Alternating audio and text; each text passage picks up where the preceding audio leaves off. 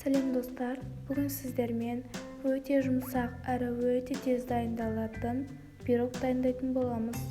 Ол үшін бізге шекер, сода, айран, уксус және 3 жұмыртқа керек. Алдымен ыдысымызға жұмыртқаларымызды жарып аламыз.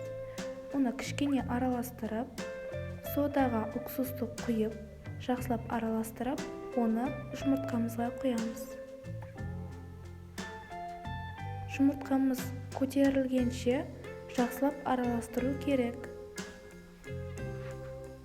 Негізі мен бұл жерде 3 пиала шекер салған болатынмын, бірақ видеода түсірілмей қалыпты. Енді оның үстіне 4 ас қасықта күнбағыс майын құямыз.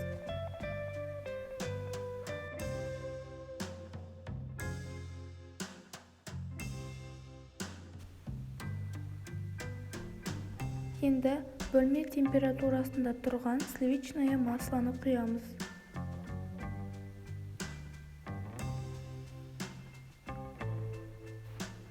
Оның үстіне пиаладай көлемде келетін айранды құямыз, яғни 2 пиала айран жеткілікті.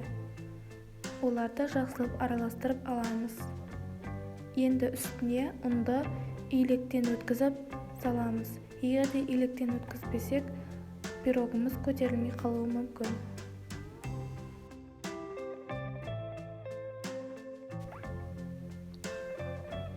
Менің қалпымның көлемі үлкенірек, оған фольга төсеп қойдым. Жан-жағын кәдімгі маймен майлап шығамыз. Енді массамызды құйып, кішкене жерге ұрып сілтегенде жақсы орналасады. Оны 30 минутта 180 градуста пісіріп аламыз. Піскен соң қалыптан шығарамыз. Шеттерін осылай пышақпен кесетін болсақ, тез алынады. Міне біздің пирогымыз суыды. Ол өте жұмсақ болып шықты. Егер де видео ұнаған болса, лайк басып, тіркелуді ұмытпаймыз.